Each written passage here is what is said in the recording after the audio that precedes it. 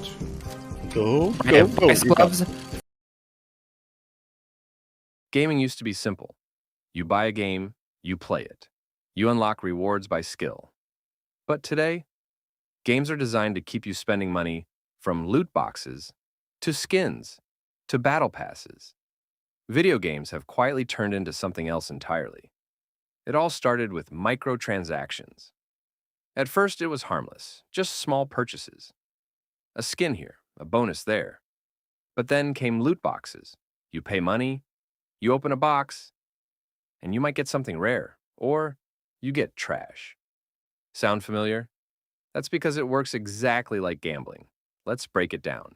Loot boxes use random rewards, bright flashy animations, almost winning moments, limited time offers.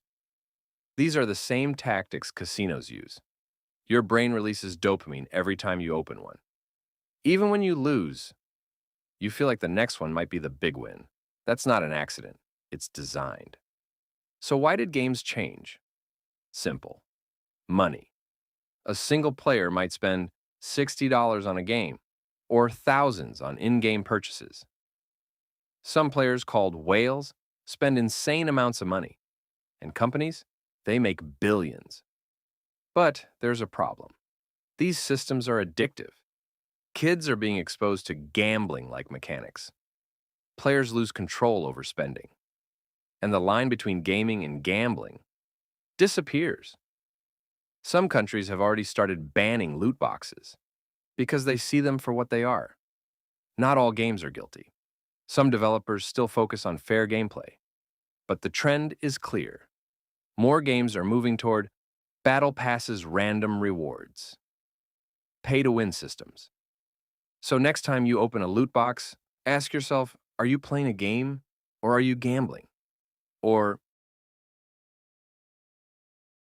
One of the biggest turning points was Counter-Strike Global Offensive. At first, skins were just cosmetic. They didn't affect gameplay, just how your weapon looked. But then something changed.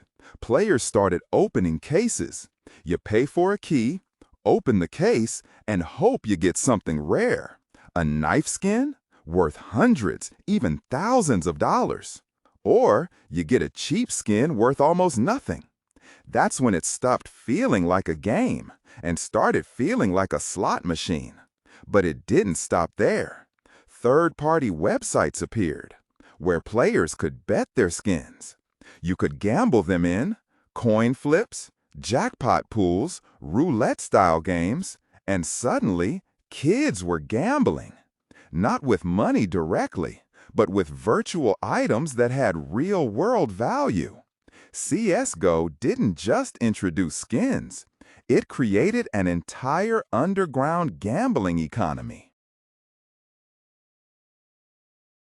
If CS:GO introduced skin gambling, then FIFA Ultimate Team perfected it. In Ultimate Team, everything revolves around packs. You spend coins or real money, open a pack, and hope for a superstar.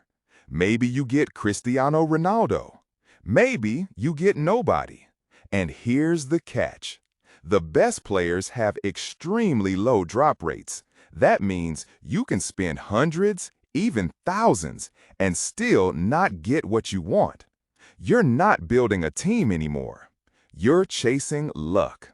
And unlike CS:GO, you can't even cash out. Those players, they're locks to your account. So all that money, gone. This sparked massive controversy. Parents complained, players called it pay to win, and governments started investigating. Because at its core, FIFA packs look a lot like gambling. And FIFA isn't the only one. Loot boxes spread across the entire gaming industry. Then came a different approach. Not random rewards, not loot boxes, but something just as powerful. Fortnite changed the system. Instead of gambling mechanics, Fortnite sells skins directly. You see the item, you know the price, you choose to buy it. Sounds fair, right? Skins don't stay forever. They rotate in the shop, disappear for months, sometimes years. So when you see one you like, you feel pressure. Buy it now or lose it forever. And then there's the Battle Pass. You pay once and unlock rewards by playing. But here's the catch. If you don't finish it in time, you lose those rewards forever. It's not gambling, but it's still designed to keep you hooked. From Counter-Strike Global Offensive cases to FIFA Ultimate Team packs to Fortnite Shop. Different systems, same goal. Your money, your attention.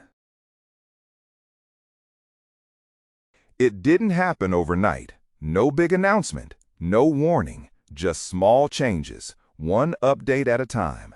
First, it was harmless cosmetics in Counter-Strike Global Offensive, packs in FIFA Ultimate Team. Then, limited-time skins in Fortnite, different games, different systems, but all built on the same idea. Keep you playing, keep you spending, keep you chasing that one big win. And the scariest part? It works because it doesn't feel like gambling. It feels like progress. It feels like reward. It feels like you're this close. But you're not chasing skill anymore. You're chasing luck. An entire generation grew up with this, opening packs before they understood money, spinning before they understood risk. So ask yourself, when you load into your favorite game, are you there to play or are you there to spend? Because the line between gaming and gambling isn't blurry anymore. It's gone. If you made it this far, you already see it. Subscribe for more deep dives and tell me in the comments, should this be regulated?